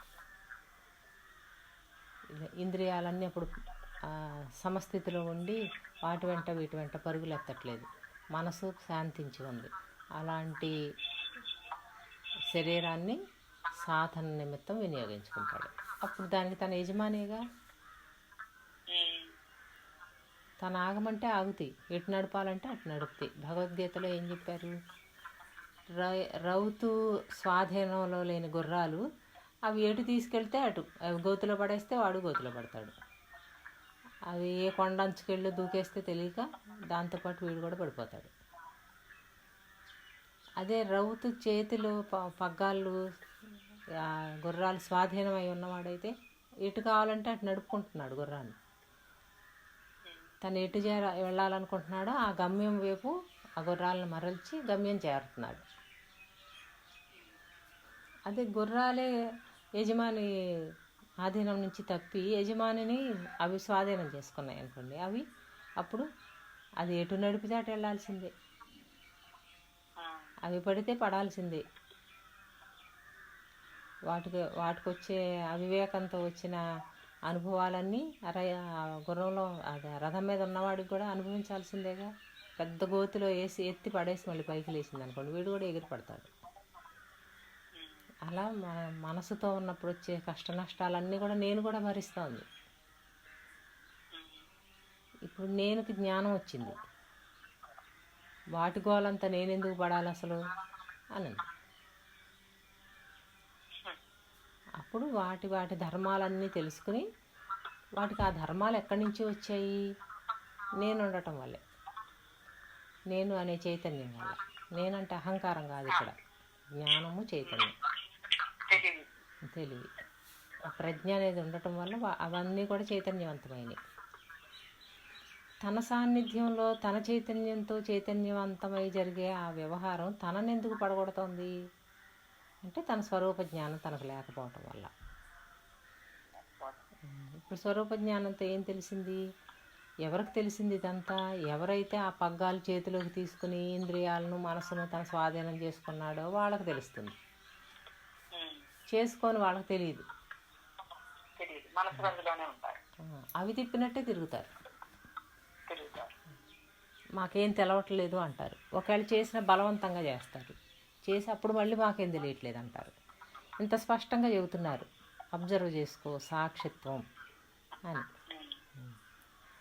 ఉపవాసం చేయాలి అన్నారనుకోండి, అంతే, అవన్నీ అలా కట్టుబడిపోయినాయి, స్వాధీనమైనట్టు. కట్టుబడలేదు, ఉపవాసం చేద్దామని మొదలు పెడితే అది పూర్వ వ్యవహారంలోకి అటు ఇటు అది తిందామా ఇది తాగుదామా అని అనిపిస్తుంది అనుకోండి, అప్పుడు ఆ భావనలను గుర్తిస్తారు, పడిపోరు అన్నమాట. గుర్తించినప్పుడు పడిపోరు, గుర్తించినప్పుడు ఆ ఉపవాసం బ్రేక్ అయింది అనుకోండి, అనుకోకుండా ఏదైనా కనపడగానే నోట్లో వేసుకోవటం అలవాటు అనుకోండి, వేసేసుకున్నారనుకోండి, అప్పుడు తర్వాత మేల్కొంటారు, లోపడిపోయారు. ఇలా చేయగా ఏమైంది, అవి నియంత్రణ వచ్చేసినాయి, సహజమైపోయింది. అప్పుడు ఉపవాసం చేసేటప్పుడు ఏమనిపించదు, మీరు ఎన్ని ఆహార పదార్థాలు ఉండండి, ఏదైనా చేయండి, ఏమనిపించదు. అలా ఇంద్రియాలన్నింటినీ కూడా అధిగమించటం అంటే పూర్తిగా వాటి నోరు నొక్కేయటం కాదు, సాత్విక స్థితిలోకి మార్చుకోవటం. సత్వంలోకి మార్చుకుని అప్పుడు జ్ఞానయుక్తంగా జీవించటం, యుక్తియుక్తము అంటారు. ఇప్పుడు ఎందులో ఉన్నా ఎక్కడున్నా ఆ మనసు చెల్లించదు. ఇంకప్పుడు ఏదైనా మీకు ఇష్టమైంది ఎదురైంది అనుకోండి, వెంటనే లోపల నుంచి ఇష్ట వస్తువు దర్శనం అన్నమాట, ప్రీతి, ఆశ, వ్యామోహం అనేది కలగదు. ఇంకా ఇష్టాలు దాటినప్పుడు ఇష్ట వస్తువు ఏంటి?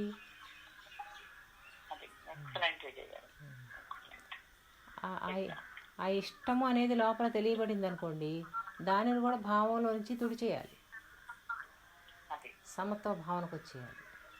ఇక్కడ నా మనసు ఇది ఇష్టము అని చెప్తుంది. అప్పుడు మీకు ఆహార పదార్థాలన్నీ చూపించి ఇందులో మీకు ఏది ఇష్టం అన్నారనుకోండి, ఏం చెప్తారు?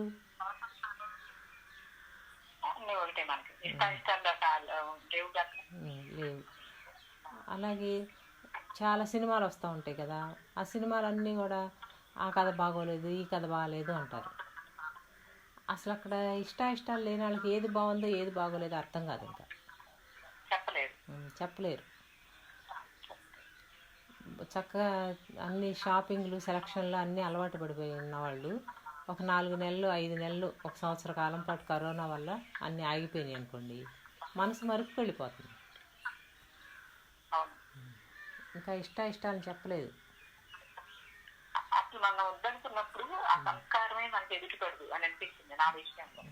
ఎదుట పడదు, పడినా కూడా గుర్తించదు, ఇక అంత అంతర్ముఖంలోకి వెళ్ళిపోతుంది అన్నమాట. మనం అది ఎంత చేయలేమనే కదా ఇప్పుడు కరోనా వైరస్ వ్యాధి వచ్చింది. బయటకు వెళ్తే ప్రమాదం, ఇళ్లలో ఉండిపోతున్నారు. ఇల్లు కదిలి ఇప్పుడు 2-3 నెలలు అయిన వాళ్ళు ఉన్నారనుకోండి, అప్పుడు వాళ్ళు ఏం కట్టుకుంటున్నామో ఏం తింటున్నామో అవన్నీ ఉంటాయి. ఇంకా అక్కడ దొరికింది తినాలి, అప్పుడు అన్నీ దొరకవు బయట, ఏది దొరికితే అది తినాలి. రవాణా సౌకర్యాలన్నీ ఆగిపోయినాయి. అప్పుడు ఇష్టమైనది అంతేగా మరి అప్పుడు అవన్నీ భగవంతుడే మనకి ఆ నియంత్రణ పెట్టేశాడు అన్నమాట, మనం చేయటం లేదు. దొరికిన దాంతో తృప్తి పడటం, పక్క వాళ్ళ ఇంక చూడటానికి కూడా భయమే ఇప్పుడు. అంటే అంత బంధంలో పెట్టేశారు. దీని నుంచి సాధన చేసుకున్న వాళ్ళకి చాలా తేలిక అన్నమాట. చాలా వ్యవహారాలు, బహిర్ముఖంగా ఉన్న వ్యవహారాలన్నీ ఆగిపోయినాయి. ఎంత టైం ఉందో.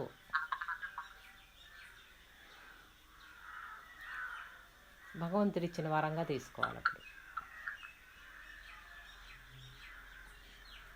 ప్రతిదాన్ని అలా సద్వినియోగం చేసుకుంటారనమాట ఈ బుద్ధి పరిధిలో వివేకంతో ఉన్నవాళ్ళు.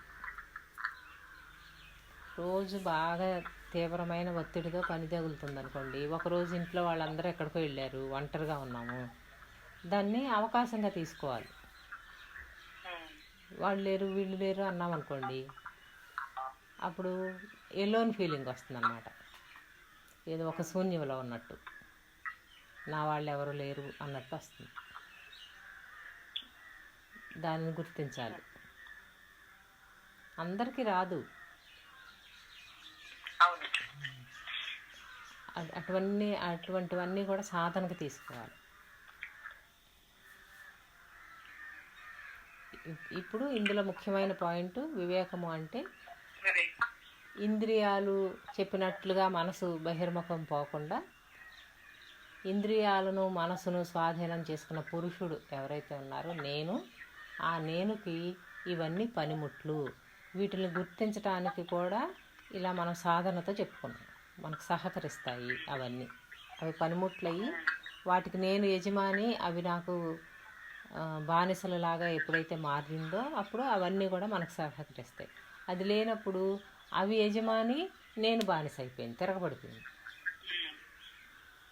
ఇప్పుడు నేను యజమాని స్థానంలో ఉన్నప్పుడు నాకు అనుకూలంగా వాటిని ఆ ఉపాధిని నాకు అనుకూలంగా వాడుకుంటున్నాను. ఉపాధిని తెచ్చుకున్నది ఎందుకు అంటే స్వరూప జ్ఞానం కోసం. శాస్త్రాలు చెప్తున్నాయి, నిన్ను నువ్వు తెలుసుకోవటానికి వచ్చావు, అది మరిచావు అని చెబుతున్నాయి. ఇప్పుడు నన్ను నేను తెలుసుకోవడానికి వచ్చాననే స్వరూప జ్ఞానంతో ఆ ఇంద్రియాలను వినియోగించుకోవాలి, ఆ మనసును వినియోగించుకోవాలి. అప్పుడు వాళ్ళకి అవి పనిముట్లు. ఇలా గుర్తించగలరు. సినిమాకి వెళ్దాము అనుకున్న చెప్పిన మనసు ఏం చేస్తుంది? సినిమాకి వెళ్ళాలి అనుకుంటే ఆ శరీరాన్ని అటు నడిపిస్తుంది. అది మనసు బలం ఎక్కువగా ఉన్నప్పుడు. బుద్ధి బలం ఎక్కువగా ఉంది, వివేకం కాదు, నేను ఇటు సత్సంగానికి వెళ్ళాలి అని పెట్టుకున్నాం అనుకోండి, అప్పుడు రెండిటికి ఘర్షణ. అంతకు పూర్వం చేసిన అభ్యాసం, ఇప్పుడు కొత్తగా చేసే అభ్యాసం, రెండిటికి ఘర్షణ జరుగుతుంది. మనలో ఉన్న మనం ఏదైతే లక్ష్యం పెట్టుకున్నామో, గోల్, దానిని రీచ్ అవ్వాలంటే, దాన్ని అందుకోవాలి అంటే దీన్ని వదలవలసిందే అన్నాం అనుకోండి, అప్పుడు ఇటు సత్సంగం వైపు వెళ్తుంది. అలా కొన్నాళ్ళు ఇటు సత్సంగానికి అభ్యాసం చేస్తే దాన్ని వదిలేస్తుంది, ఇది నచ్చుతుంది. అప్పుడు దీన్ని బట్టి ఏమో అర్థమవుతుంది, మనసు ఒక పసిబాలుడు లాంటిది అనమాట. దానిని మనం ఎటు మలుచుకుంటే ఆ రకమైన అనుభవాన్ని ఇస్తుంది. ఇప్పుడు మనసును జ్ఞానం వైపు వినియోగించుకుంటున్నాం. మనకు పూర్తి జ్ఞానం అన్నది, మనసు కూడా మహాశక్తివంతమైంది కాబట్టి మనసు యొక్క శక్తి సూక్ష్మం అవుతుంది. అప్పుడు అదే బుద్ధి. బహిర్ముఖం నుంచి అంతర్ముఖంలో ఉండేసరికి సుసూక్ష్మమైన దాన్ని కూడా గ్రహించగలిగిన చైతన్య వికాసం ఏర్పడుతుంది అన్నమాట. అక్కడ అదే ప్రజ్ఞ. చూడండి, అదే మనసునేమో ఆ మనసే బుద్ధి అన్నాం. ఇప్పుడు ఈ బుద్ధినే వల్ల తిరిగి ప్రజ్ఞ అన్నాం. అంటే మనం అక్కడ చేసుకునే పని విధానాన్ని బట్టి దానికి ఆ పేరు పెట్టాం. దాన్ని పూర్తిగా ఆ ప్రజ్ఞని విషయాల వైపు వినియోగించినప్పుడు దాన్ని మనసు అన్నాం. ప్రజ్ఞని కొంచెం వివేకంలో పెట్టి ఇటు అటు త్రాసులాగా చూసుకుంటూ, వీటిని వదులుతూ, వాటిని పెంపొందించుకుంటూ, దివ్య లక్షణాలు పెంపొందించుకుంటూ ఉన్నప్పుడు దాన్ని బుద్ధి అన్నాం. దివ్య జీవనం సహజమైపోయింది, సత్వగుణం సహజమైపోయింది. అప్పుడు ఆ బుద్ధికి జ్ఞానాన్ని అందించాం. అంటే నీ స్వరూపం ఇది అని చెప్పాం. బుద్ధిని పనిముట్టుగా వినియోగించుకుని అప్పుడు బుద్ధికి తన స్వరూపం తెలిసింది. తను ఇలా ఆలోచించగలగటానికి, నిర్ణయించగలగటానికి, వీటన్నిటి ద్వారా ఇవన్నీ గ్రహించగలగటానికి విజ్ఞానం. ఈ విజ్ఞానం ఎక్కడి నుంచి వచ్చింది అంటే ఆత్మ నుండి వచ్చింది. ఉమ్, ఆత్మకి ఎక్కడి నుంచి వచ్చిందంటే అది స్వయం ప్రకాశం. ఉమ్, దానికి ఎక్కడి నుంచి రాలా, అది అలా ఉందంతే. ఉమ్, అది స్వయం జ్యోతి ప్రకాశం. తన సాన్నిధ్యంలో ఉన్న వాటన్నిటికీ కూడా అది ఇవ్వగలదు. ఉమ్, అవన్నీ కూడా చైతన్యవంతం అవుతాయి. తన సాన్నిధ్యంలో ఉండి తన వల్ల చైతన్యవంతమైన మనోబుద్ధి ఇంద్రియాలు నేను ఆవరించటం ఏంటి అసలు? నన్ను నన్ను అటువైపు అధోముఖం వైపు నడపటం ఏంటి? నా వల్ల కదా అవన్నీ చైతన్యవంతమైనవి. అవి చెప్పినట్టు నేను వినటం ఏంటి?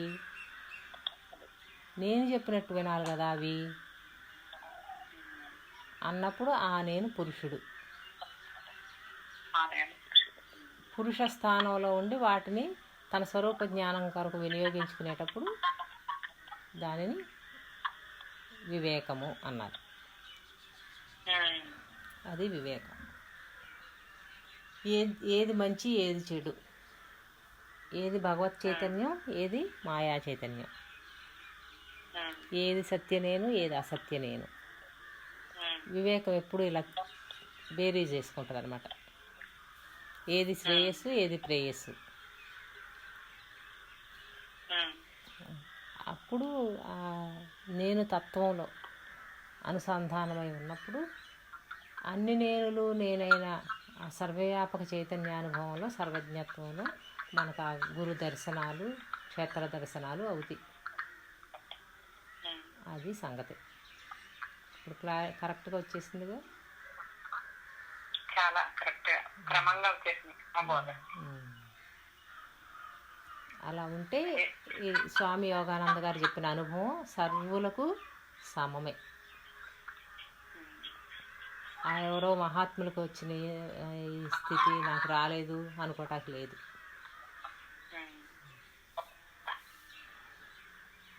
అవతారులు కూడా మన 24 తత్వాలని ధరించి దిగారు. మనలో ఏమున్నాయో అవే. కానీ వాళ్ళు అలా ఎందుకున్నారు? క్రీస్తు, స్వామి యోగానంద వీళ్ళందరూ ఇప్పుడు మనకి ఇక్కడ ఇప్పుడు పెద్ద స్వామి గారు, సాగర స్వామి, విజ్ఞాన స్వరూప గురువు గారు వీళ్ళందరూ కూడా అలా దివ్య జీవనం జీవిస్తున్నారు.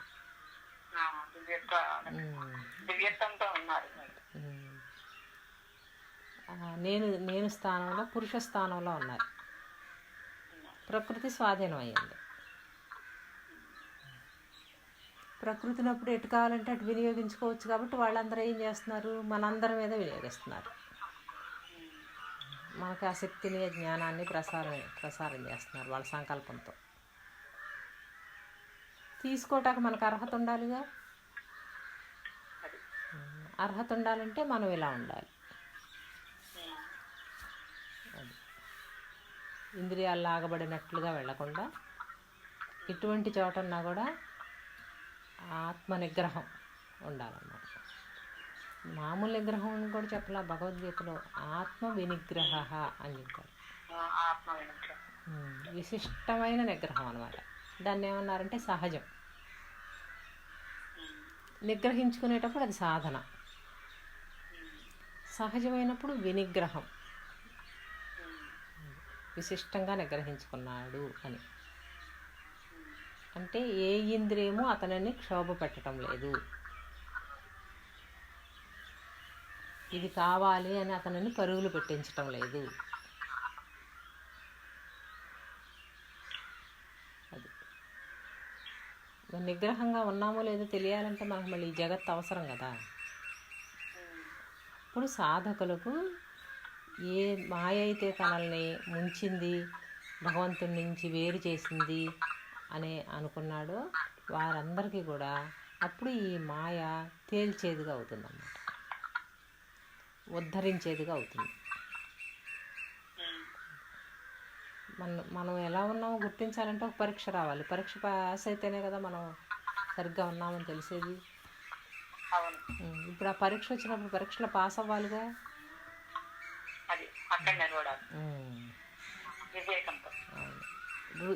రసనేంద్రియం బలంగా ఉన్న వాళ్ళకి పంచభక్ష పరమాన్నాలు పెట్టి వాటిని నువ్వు జయించాలి అన్నారనుకోండి, అప్పుడు ఏం చేయాలి?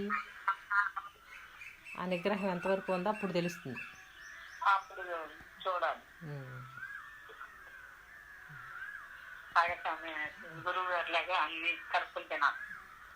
ఎందుకు మనకు గణపతి సచ్చిదానంద స్వామి కూడా చెప్పారు కదా, వాళ్ళ అమ్మగారు ఆయనతో సాధన చేయించేటప్పుడు చక్కగా ఒక పెద్ద విస్తరాకేసి దాని చుట్టూ ఒక 10-12 పదార్థాలు వండి పెట్టి మధ్యలో కొంచెం అన్నం పెట్టి ఆ అన్నంలో నీళ్ళచారు రసం పోసి తినమనేదంట. ఆ చుట్టూ ఏవి ముట్టుకోకూడదు, ఆ మధ్యలో ఉన్న నీళ్ళచారుతో ఉన్న అన్నమే తినాలి. అలానే ఆవిడ అభ్యాసం చేయించిందంట. అప్పుడు ఎదురుగుండా ఉన్నా కూడా స్పందన ఆగిపోతుంది. అది సహజం. అంటే ఎదురుగుండా గురువు ఉన్నారు, ఇలా చేయమంటున్నారు, అదేమో ఆ చుట్టూ ఏమో అంటుకోకూడదు, మధ్యలోదే తినాలి. ముందు గురువు యొక్క నిగ్రహ శక్తిని తీసుకుని పాటిస్తారు. ఇక తర్వాత వాళ్ళలోనే ఆ శక్తి గురువు ప్రవేశిస్తారన్నమాట.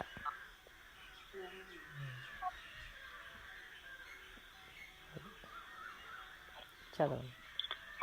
సమయాన్ని వృధా చేయటం ఎందుకు? మీ సమయాన్ని ధ్యానానికి విన్నర్పరిచారు. ఇది 1948లో ప్రారంభించారు. ఆ పత్రికను సెల్ఫ్ రియలైజేషన్ అని మార్పు చేశారు. యోగ దానికి సంబంధించింది. ఇన్నర్ కల్చర్ వంటి పత్రికలు చదవడానికి ఉపయోగించండి. అవి సరైన భావాలతో మిమ్మల్ని ఉత్తేజపరుస్తాయి. కాలాన్ని మీరు చాలా సులభంగా వృధా చేయవచ్చు. అలా ఒక జీవిత కాలం వ్యర్థమైపోతుంది. మీ జీవితం విలువైన క్షణాలకు మీరే యజమాని. మీకు మోక్షం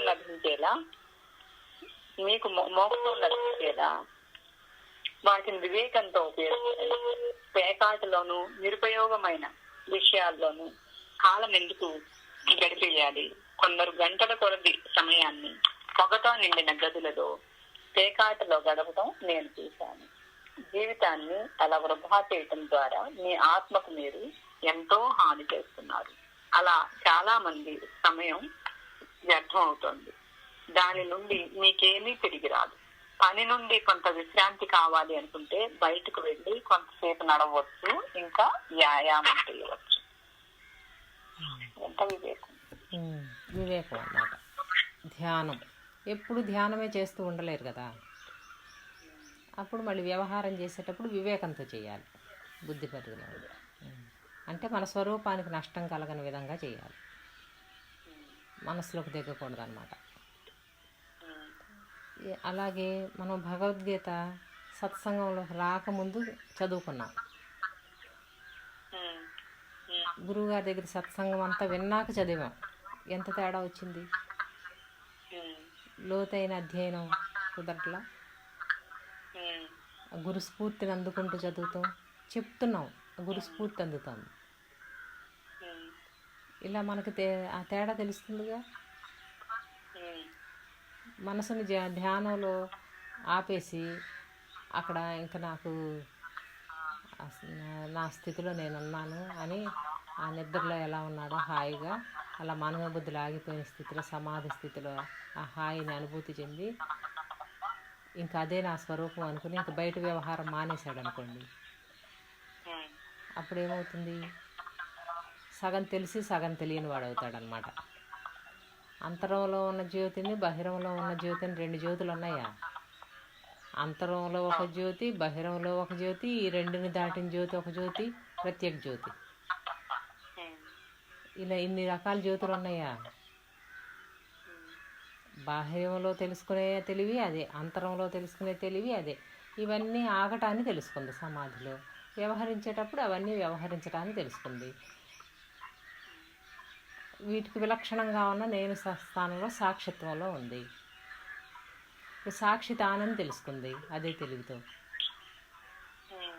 ఇప్పుడు జ్ఞానం తెలివి నుంచి చూస్తే అజ్ఞానంలోనూ ఆ తెలివే ఉంది, జ్ఞానం అప్పుడు ఆ తెలివే ఉంది. తెలివిలో ఏమన్నా మార్పు వచ్చిందా? అది ఎప్పుడూ అలాగే ఉంది. మారాననుకుంది, సాధన చేశాననుకున్నది అంత మనసే, బుద్ధి. అప్పుడు బుద్ధిని దాటి ప్రజ్ఞలో ఉంటారు అన్నమాట. బుద్ధిని దాటి ప్రజ్ఞలో ఉండటం అంటే ఈ నేనుని మనోబుద్ధుల స్థానం వైపు వినియోగించరు. ఎంతవరకు అవసరమో అంతవరకే వినియోగిస్తారు, వాటిని స్వల్పంగా వినియోగించుకుంటారు, స్వాధీనం అయి ఉంటాయి కాబట్టి. ముందు వివేకం చెప్పారు, అంతకుముందు ఇప్పుడు ధ్యానం చెప్పారు. ధ్యానం ధ్యానం ఎప్పుడు చేస్తూ ఉండలేరు, ఎప్పుడు విచారంలోనే ఉండలేరు, ఎప్పుడు ఒక శాస్త్రాన్ని చదువుకుంటూ ఉండలేరు. అందుకని దాన్ని మార్చి మార్చి మంచి విషయాల్లోకి మరల్చుకోవాలన్నమాట మనసుని.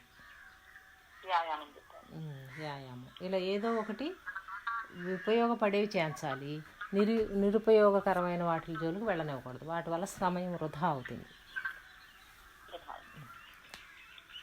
ఇంకా ఏదైనా కాసేపు చదువుకున్నాం అనుకోండి, దాంట్లో ఇంకా లోతైన జ్ఞానం తెలుస్తుంది. చదివే పిచ్చిగా ఉండకూడదు. స్ఫూర్తి స్ఫురణ అందుకునే విధంగా అధ్యయనం చేయాలి. ఆ కవి హృదయం అర్థం కావాలి. వివేక చూడమని శంకరాచార్యులు రాశారు. శంకరాచార్యుల యొక్క హృదయం, ఆ శాస్త్ర హృదయం మనకి అర్థం అవ్వాలన్నమాట. ఇది ఇందుకు సంబంధించింది అని. అలా ఏదైనా మనం చదివాము అంటే ఆ హృదయం తెలుస్తుంది, ఆ కవి హృదయంతో కనెక్ట్ అవుతుంది.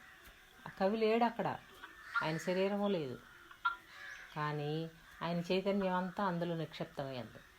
భగవద్గీతలో కృష్ణ పరమాత్మ చైతన్యం అంతా నిక్షిప్తమైంది. ఇప్పుడు అలా చదివితే కృష్ణ చైతన్యంతో అనుసంధానం అవుతుంది.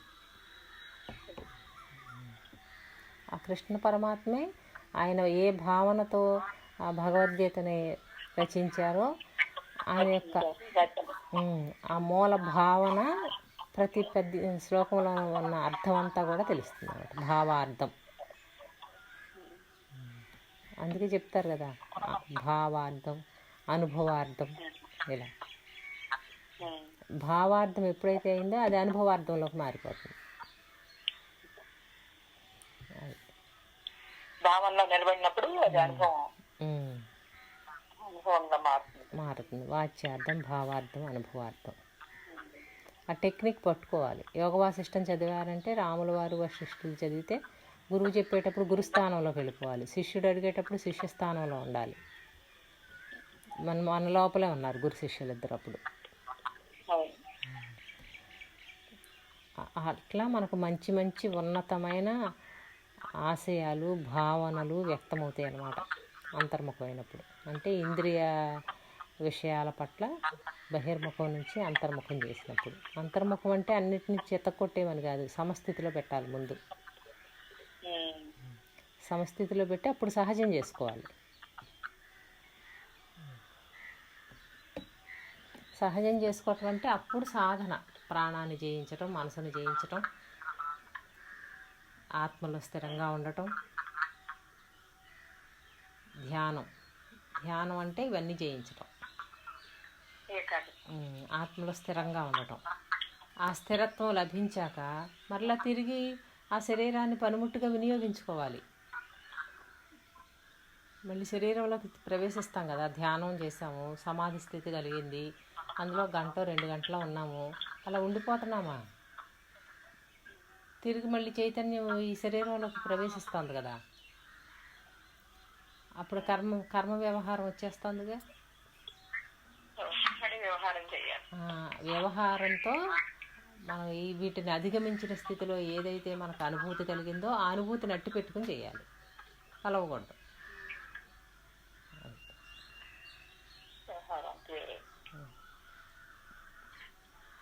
దానిని 24 గంటలు ఎవరైతే అట్టి పెట్టుకుంటారో ఆ సమస్థితిని ఈ వ్యవహారంలోనూ, నిద్రలోనూ, మెలకువలోనూ, కళలోనూ కూడా ఆ స్థితి 3 అవస్థల్లోనూ అట్టు పెట్టుకున్నవారు చైతన్య స్థానంలో ఉంటారు.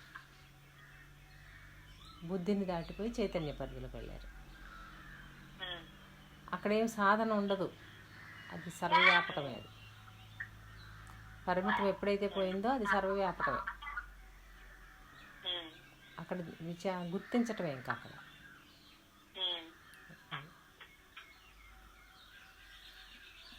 స్వానుభవంగా గుర్తించటం ఇంకా దాన్ని. ఉమ్. ఇక్కడ వరకే కాదు, ఆ పైది కూడా అందుకోవాలి చదవండికైతే. ఇక ఇప్పుడు ప్రస్తుతం ఇప్పుడే నేను వరకు వచ్చాం. నేను ఇంద్రియ మోక్షం చెప్పారు ఒకటి, ఇంకో మాట మోక్ష ఇచ్చ. మోక్షము అంటే ఏంటి అర్థం అసలు? మోక్షం అంటే ఈ దేహభావం నుంచి విజయి ఆత్మలో లయం అవుతుంది. అంటే బంధము నుండి విడుదల అని చెప్తారు శాస్త్రవాక్యం. బంధము నుండి విడుదల. ఎవరెవరు దేనితో బంధింపబడ్డారు? కొంతమంది రుచుల వ్యామోహంలో బంధింపబడతారు. మీరు చెప్పారు కదా మొన్న 5 ఇంద్రియాలు. ఒక్కొక్క ఇంద్రియానికి ఒక్క జంతువే వాటికి ఆకర్షింపబడి బలైపోతే దీపపు పురుగును చూసి ఆ పురుగు అగ్నిలో పడిపోయింది. అలాగే ఏనుగు ఆకర్షణ, దానికి ఆడ ఏనుగు మీద ఆకర్షణతో గోతిలో పడిపోయింది. కంద అనుకోండి, దాంట్లో పడిపోయింది. ఇలా రుచి రసనేంద్రియానికి చేప,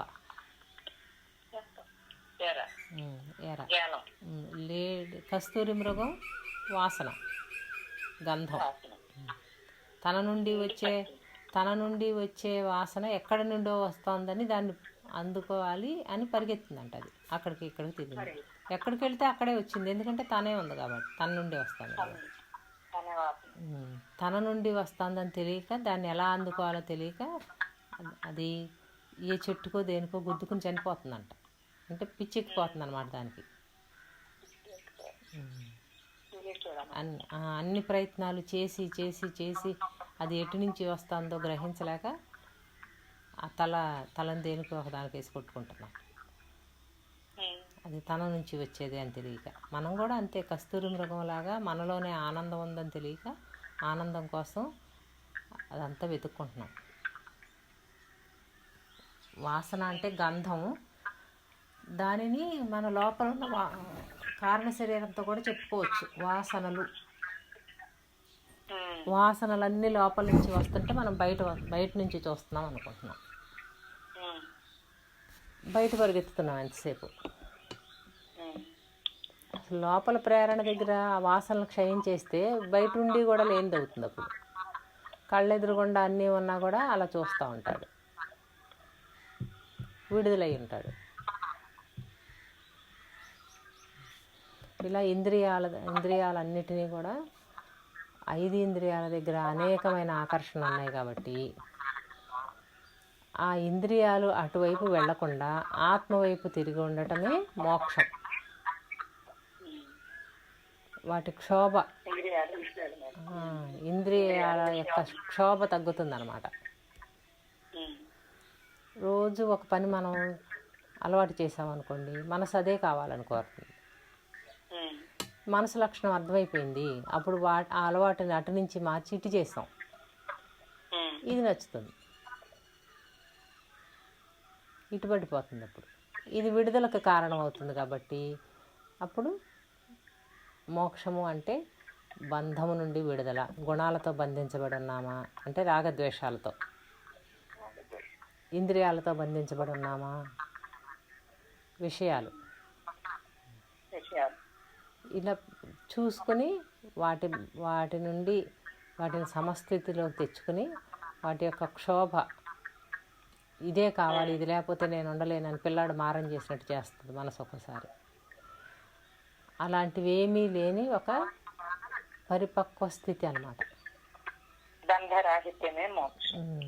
అది మోక్షం. ఆ మోక్షము స్వరూప జ్ఞానాన్ని ఇస్తుంది. మళ్ళీ తిరిగి జన్మరాహిత్యం వైపు చూస్తుంది. ముందు ఇక్కడ మొదలుపెట్టింది జన్మరాహిత్యం వైపు చూస్తుంది. ఎలా జన్మల్లోకి వస్తున్నాను, ఎందుకు వస్తున్నాను, అప్పుడు కర్మలను అధిగమిస్తుంది. ప్రారబ్ధం నుండి మోక్షం. అప్పుడు ఎక్కడికక్కడ మోక్షం అంటే బంధం నుండి విడుదలే. మోక్షానికి అన్నీ అంతే. తత్వమసి కూడా అంతే, ఎక్కడికక్కడ తత్వమసి. చివరికి వెళ్ళేసరికి బయలుకి పరబ్రహ్మకే తత్వమసి. ఇంకొంచెం కిందకి దిగితే పరబ్రహ్మకి పరమాత్మకి తత్వమసి. తత్వమసి. ఇంకొంచెం కిందకి దిగితే ఈశ్వరుడికి పరమాత్మకి తత్వమసి. తత్వమసి. ఇంకా కొంచెం దిగితే జీవేశ్వరులకు తత్వమసి. జీవుడికి ఈశ్వరుడికి. ఇప్పుడు అన్నిటికీ ఇదే అది కదా, అంది పొంది మేరటం అన్నమాట. అదే పాచల సిద్ధాంతం ఏం చెబుతుంది, అన్నిటికీ రామ్ రామ్ చెప్తుంది అనమాట. పరబ్రహ్మ దగ్గర నుండి బయలుని చూపించి పరబ్రహ్మకి రామ్ రామ్ ఏక, అఖండ ఎరుక లేనిది. అక్కడి నుండి పరమాత్మ నుండి ఈశ్వరునికి చూపించి ఈశ్వరుడు లేనివాడు, పరమాత్మ లేనివాడు. ఇలా ఒక్కొక్కటి అన్ని నిరసన. ఇంకా బృహద్వాసిష్ట సిద్ధాంతం ఇచ్చారు కదా పూర్ణమంత్రం ఇచ్చిన వాళ్ళందరికీ, అందులో ఉంటుందన్నమాట. అన్నీ నిరసనే, అహంకార నిరసన, మహావాక్య నిరసన, అదంతా. అదే చివరికి అన్నిటికీ రామ్ రామ్ చెప్పడం అంటే ముందు ఇలా వెళ్ళాలి. పరిమితం, వ్యాపకం, వ్యాపకం సచ్చిదానందం, సృష్టి గురించి తెలియటం, త్రిగుణాత్మకమైన జ్ఞానం, గుణాల నుండి విడుదల, ఇలా ప్రతి దాంట్లోనూ మోక్షమే ఉంది. ఇంకా విడుదల చేయటానికి వదిలేయడానికి ఏమీ లేని వాడికి ఇంకా అతనికి బంధం లేదు. దేని నుంచి విడుదలవుతాడు? ఉంటాడంతే. అలా ఉండటం కూడా తోచట్లేదు అన్నారు అనుకోండి, అప్పుడు మళ్ళీ వీటితో సంగత్వం పెట్టుకోవాలి. పెట్టుకుంటే మళ్ళీ అవి అటు ఒక 10 రోజులు 20 రోజులు ఇటు పని చేస్తే మళ్ళీ అటు తిప్పేస్తుంది. మనసు కదా శుద్ధద్దం, ఎటు వాడితే అటే పని చేస్తుంది. అందుకే అది మనసు మనకు పనిముట్టు అవ్వాలనేది. ఇప్పుడు బంధం అన్నా మోక్షం అన్నా ఎక్కడెక్కడ మనకు వేదన క్షోభ కలుగుతుందో దాని మూలాన్ని గుర్తించి దాన్ని తొలగించుకోవటం, అది అప్పటికప్పుడు దాని నుండి మోక్షం. ఒక సమస్య ఎప్పటి నుంచో తీవ్రంగా మనసులో వేధిస్తుంది, అది సూక్ష్మంగా ఉంది, స్థూలంలో లేదు. గురు దర్శనమైంది, అది కనిపించట్లేదే అంటే దాని నుండి మోక్షం, విడుదలైపోయాం. మోక్షం మనకే తెలుస్తుంది కదా. శరీరంలో విపరీతమైన నొప్పులు, పెయిన్స్ ఎప్పుడు గుంజుతున్నట్టుగా, ఒక్కసారి ఆ నొప్పులు లేని రిలీఫ్ తెలిస్తే అదే మోక్షం. ఆ నొప్పుల నుంచి విడుదల. అసలు శరీరమే వీటన్నిటికీ కారణం. అసలు ఈ శరీరమే వద్దు, మూలాన్ని పట్టుకున్నాడు, అక్కడ వరకు నరుక్కుంటూ వెళ్ళిపోయాడు. అంటే జ్ఞానం అనే ఖడ్గంతో అన్నిటినీ తెగ నరుకు మాను వివేక చూడమల్లో ఉంటుందన్నమాట. అలా ఒక్కొక్కటి నిరసించుకుంటూ, నరకటం అంటే నా ఇతి అని, అవన్నీ తాను కాదని స్వరూపంలో ఉన్నాడు. అది వచ్చిన వారికి ఇప్పుడు స్వామి యోగానంద గారు చెప్పిన తత్వ లక్షణాలన్నీ బోధపడతాయి. అది రాకుండా ఇక్కడెక్కడే తిరుగుతూ ఉంటే అవి కాసేపు ఇటు కాసేపు అటు, కాసేపు సంసారం కాసేపు జ్ఞానం అంటుంది. విరమణ అంటే ఏంటి? ఇప్పుడు మానసిక సన్యాసమే సన్యాసం. బాహ్యంలో ఏమీ ఉండదు, బాహ్యంలో ఏది మారదు. ఆంతరిక సన్యాసం అంటారు దీన్ని. ఈ ఆంతరిక సన్యాసం వచ్చి ప్రజ్ఞలో ఉన్న వాళ్ళకి దివ్యత్వ లక్షణాలు ఉండాలి కానీ జడత్వ లక్షణాలు ఉండకూడదు. అది జడమైపోకూడదు. జ్ఞానంతో అన్ని సమర్థవంతంగా చేయాలి. ఏ జ్ఞానం? అరిషడ్వర్గాలు లేని జ్ఞానం, ఈశ్వర లక్షణాలతో ఉన్న జ్ఞానం. సృష్టి అంతా కూడా శుద్ధ సత్వగుణం. ఇప్పుడు సృష్టితో ఏకత్వం, సర్వవ్యాపకత్వం. దాని అవతల నిర్గుణం, అది ఇది తెలుస్తుంది అన్నమాట. అప్పుడు రెండు తెలుస్తాయి, పరబ్రహ్మ పరమాత్మ రెండు తెలుస్తాయి. అది ఇంకా చెప్తే వచ్చేది కాదు, అది అనుభవంతో రావాలి. ఎన్ని శాస్త్రాలు చదివినా సాధన లేనిదే అది అవ్వదు అనమాట.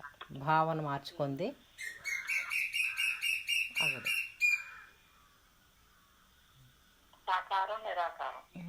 అంతే. గురువు ద్వారా లేకుండా నిర్వికార నిరాకార లక్షణాలను ప్రాక్టీస్ చేశారనుకోండి, జడమైపోతారు.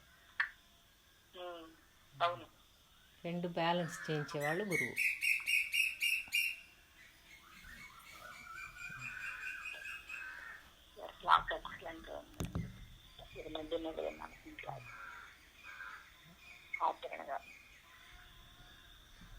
తర్వాత మాట గురించి చెప్పినారు, ఆపుదామా? సరే, సాయిరామ్. మరి క్లాస్ లేదు మళ్ళీ.